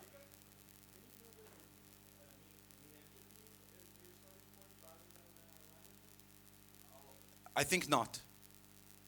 Maybe if you can do, no, I don't know. I don't know how to do it. Okay. You use it as like randomness for generating your function. So I don't know. So long as your crypto is hard enough, then maybe you can. Yeah. So I don't understand. So if we do have pseudorandom generators under cryptographic assumptions, right? So, and here you also need cryptographic assumptions, and you get something which is not pseudorandom, but it's No. It's like this is exactly the important distinction, what's right? What's the important? So the distinction is that you get something that is statistically random. It's not pseudorandom. Like if I give you the string, you can work on it as much as you want. You're not going to be able to distinguish it from random, like at all. Okay, so if I'm an efficient, I don't know, verifier, or if I'm an efficient person, then if pseudorandomness is enough for you, then you're fine. Then you don't actually need all this quantum like stuff. What do you mean? I mean, then you can just use pseudorandomness. If you're fine with pseudorandomness, then maybe you don't need a quantum randomness generator. I see. Okay, so basically you are interested in that because you would be able to use it forever. Right. Okay, so I'm really going to say like just some very, oh my god, yeah, I want to be very, very high level because I have like 2/3 of my talk ahead of me. I'm joking, but like a lot. So what's the point? So yeah, so what we want to show at a very high level is to use the cryptography to argue that, well, here I mean, I have some prover, it has some strategy. When I give it Z, it does something. When I give it X, it does something. So, and you can think about it as performing some measurement, right? There's some measurement operator that is applied when you ask for Z, and some other measurement operator that is applied when you ask for X. And what we want to argue is that if you have a prover that is successful in this test, that can succeed with high probability in the verification, then it must be the case, okay, so if it's successful in the verification and both of these operators commute or near commute both of these measurement operators, then you can break the cryptography. So this cannot happen. Like if you succeed, then either you're using two operators that are not completely commuting, or you're computationally unbounded. So yeah, so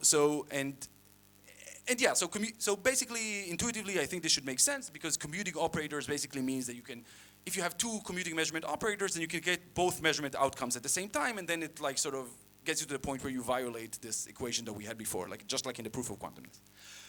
And again, even a quantum party should not be able to do it.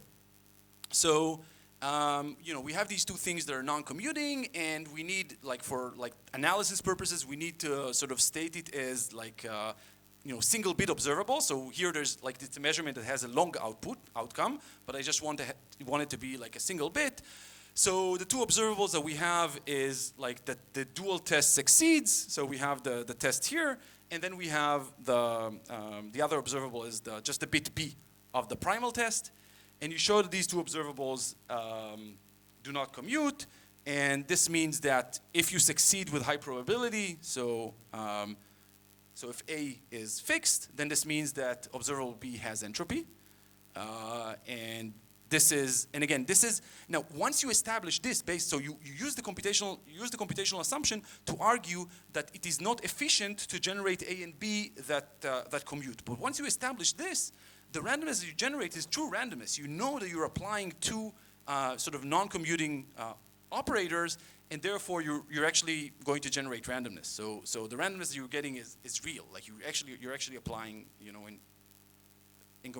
incompatible quantum measurement.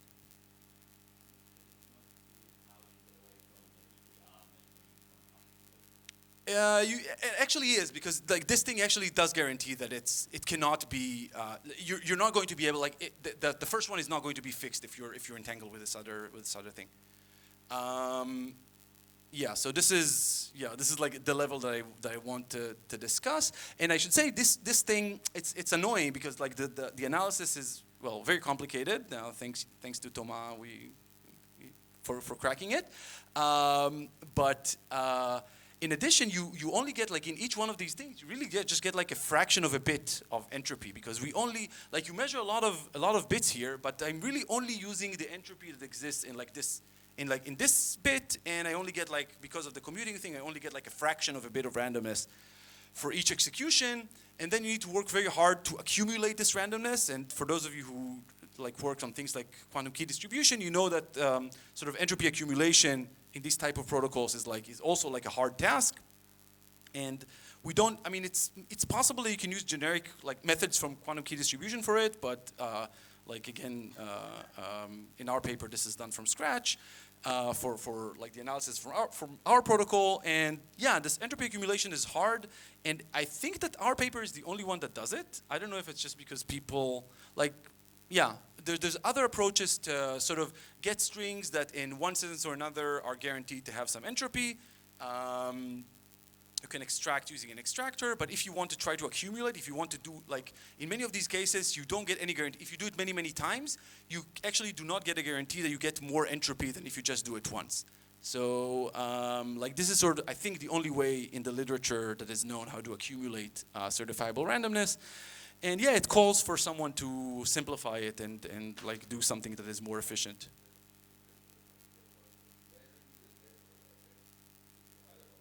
Here, yeah. Yeah. Mm-hmm. So there, right.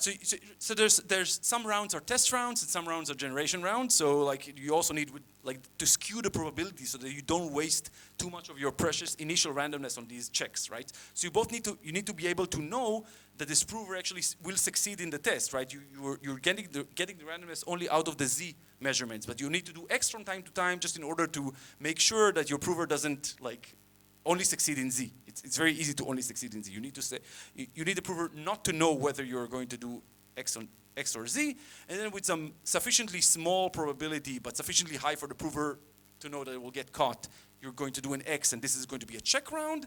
And with some other probability, you're going to do a Z, and then you're actually going to sort of get some entropy and add it to your pile of entropy that you accumulated. Yeah. Not known. Not known. We do it sequentially, yeah. Yeah, a lot of things here are like sort of suboptimal and really would be great if we knew how to do it better. Yeah.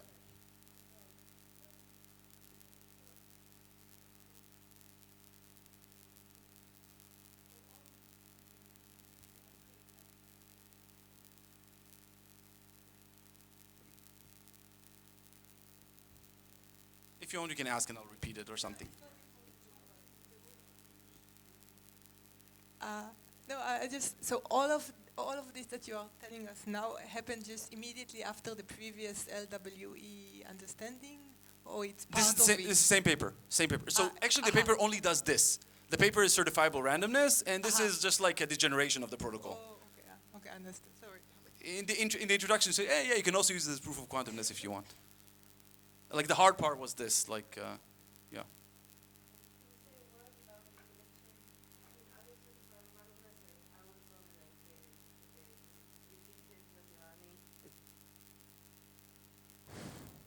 So I don't know what happens in the Arison Huang paper.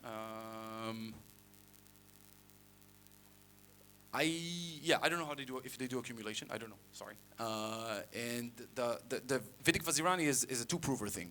So I think you need to do entropy accumulation, but here we do the analysis like from the beginning. So I think it's maybe we didn't know how to do it generically.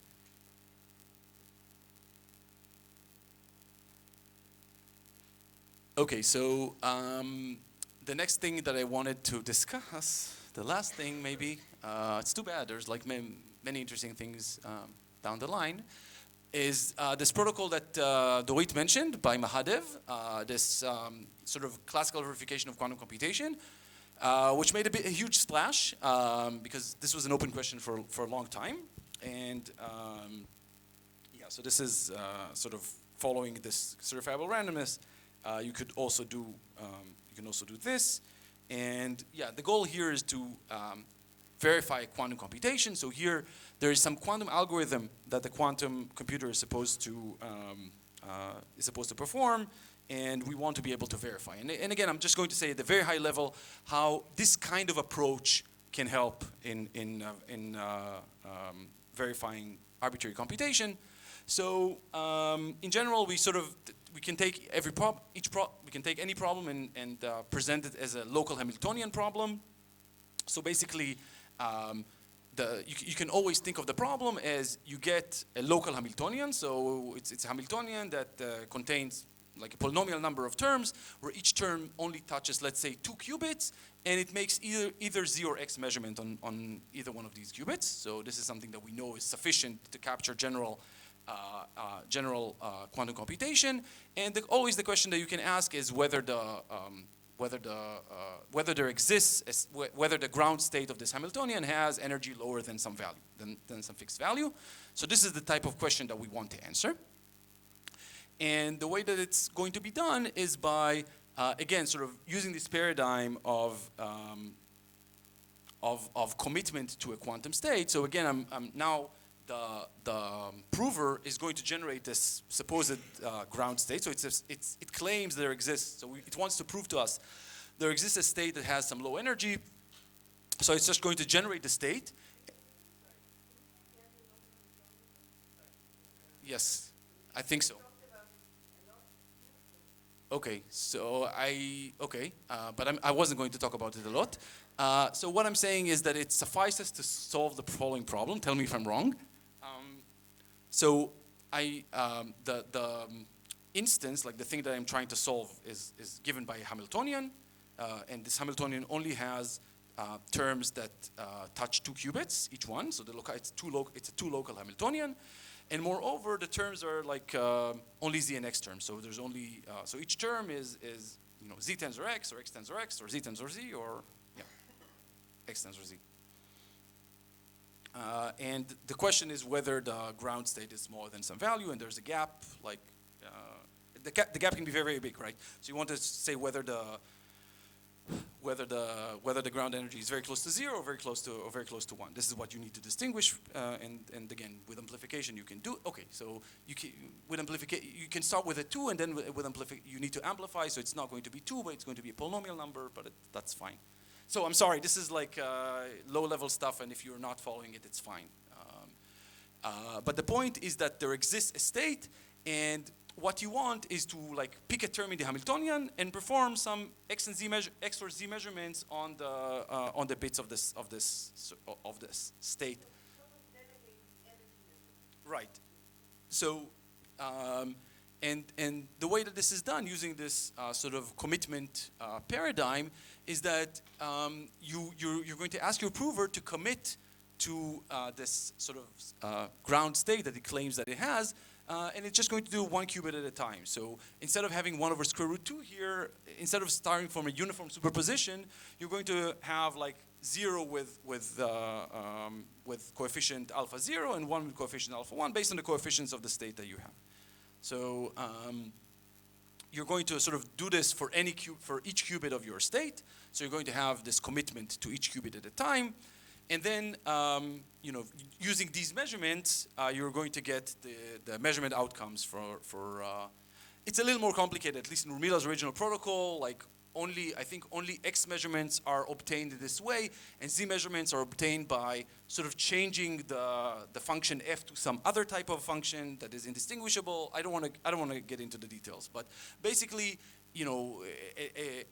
at a high level or like the outline or what you'd want to do is I have a commitment. I want to have a protocol that has the property that you can commit to a quantum state, and then open a subset of the bits to a measurement in a basis that of a basis of your choice.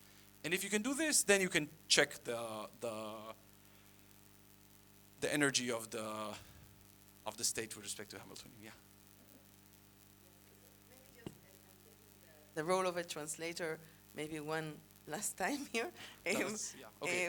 If it's not a question to me, then it's not a question to you. I encourage it. It's so some people here are familiar with the notion of two-prover protocols, where the MIP star, for example, equals RE lies, and basically in all this, you're trying to convince.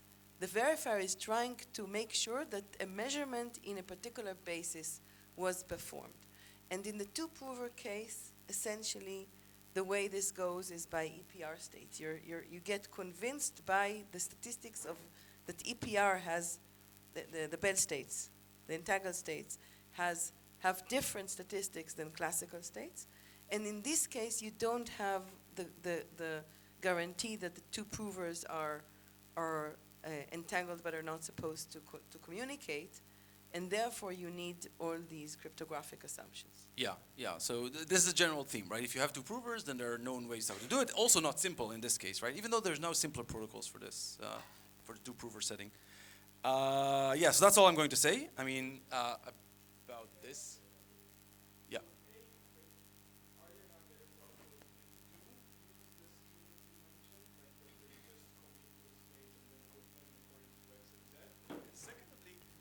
Is there some intuition that you could shed on why is it done differently?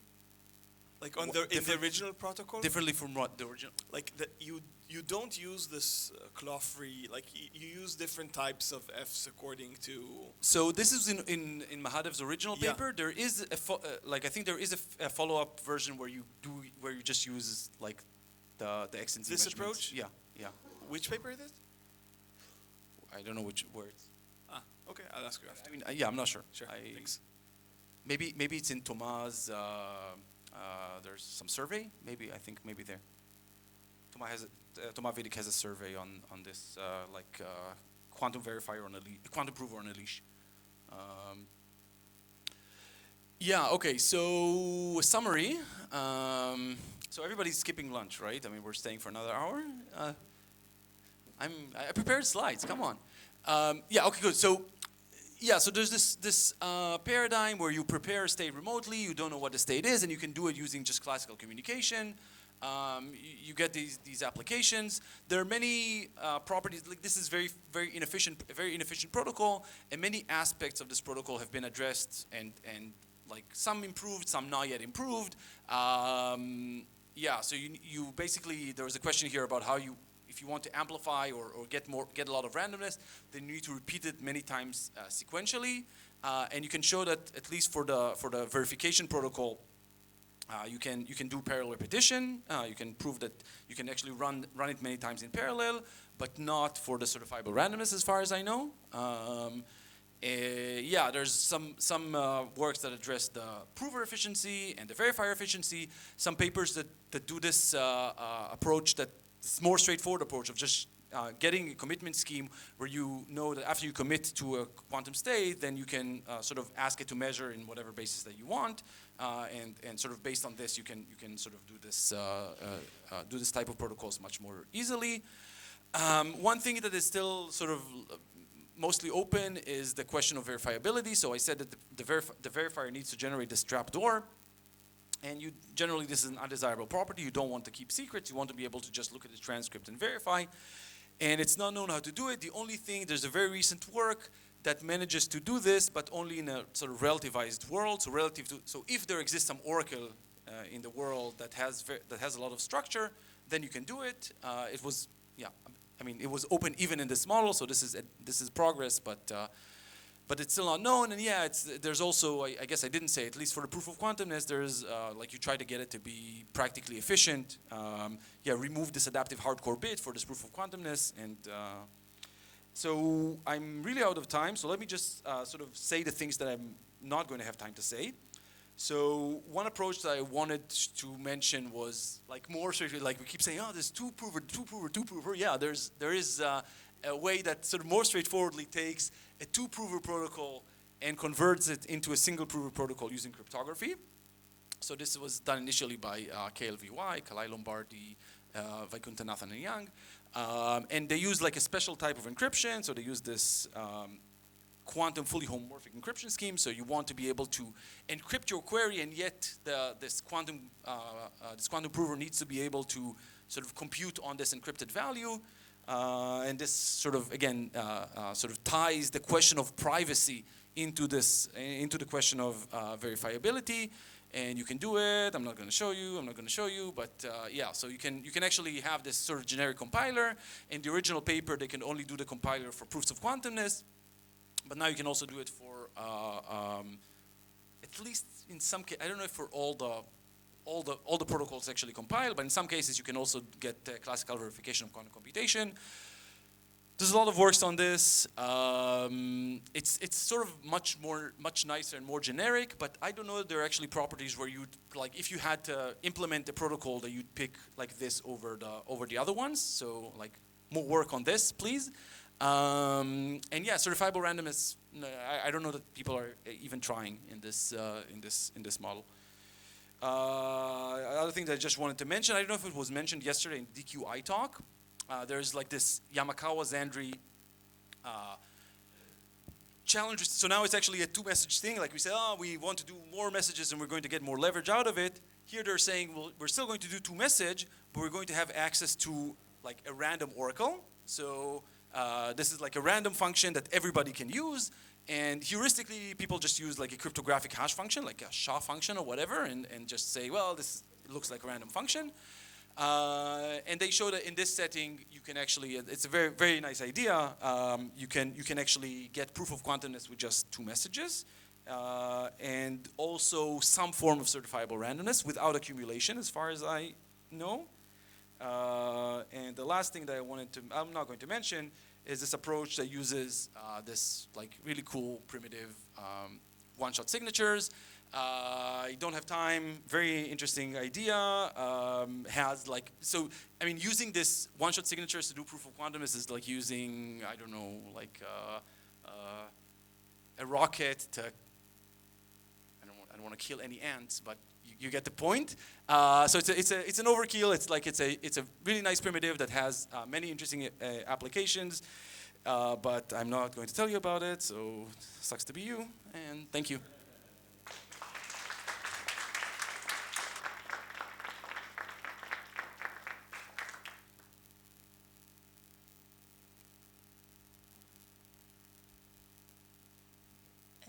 Could you tell for yourself what is that you are interested among in these directions that you have described? What is somehow you care yourself for the most, or that?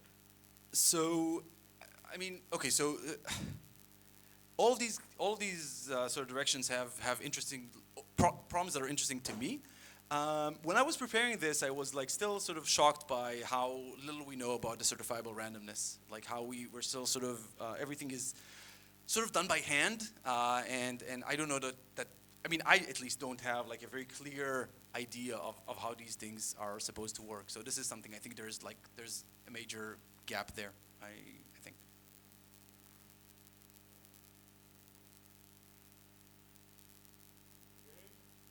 Last question. Could you say a few words about what exactly do you mean by this public verifiability, and what's the distinction, and what are the guarantees as well? Yeah, it's not, I don't really actually need the slide for this, but I'll go to the slide anyway. Yeah, so here the verifier needs to generate. Yeah, I mean I'll just say it again. You tell me what's not clear. The verifier needs to generate a trapdoor. It needs to keep the trapdoor secret throughout the execution of the protocol. Then it needs to use the trapdoor in order to check the answer of the prover. You want to not need any secret information, right? So you just like at every point, like the most desirable version is what's called public coin, where at every point the verifier just generates random strings and sends them to the prover, and then in the end you look at this transcript and say, okay, this makes sense to me. And this is like. I would just comment that there's another natural version of public in the sense that you want to convince, like a single quantum computer may want to convince many others that this was the result of the computation, and that's slightly different requirements. Right. So this goes to there's this issue of transferability, exactly. Right? Like whether like some verifier did a proof and now it has this transcript. I can send a transcript to somebody else. Together with a trapdoor, they're not going to be convinced. With a trapdoor, it's very easy. Yeah. And actually, even without a trapdoor, it's not always like possible to like just send it. Like if you just send it, we know this. Like people who worked on zero-knowledge proofs know that like it is possible to have an interactive proof that even though it convinces you, if you are the one who is running the protocol, I'm sending the message, I'm receiving, and so forth. Afterwards, I turn to somebody, I'm saying, look, this is what happened. I talked to this quantum prover, and this is what they gave me. It actually has no, value in terms of soundness. Like it's not hard to generate like a transcript that looks like a transcript, but it's actually sort of not convincing. And yeah, and like all of these protocols are inherently don't have it. And for certifiable randomness, right, it's not clear how to even define something like this. Yeah. Okay. Thanks. Okay, so time for lunch. Thank you. And I believe we will convene at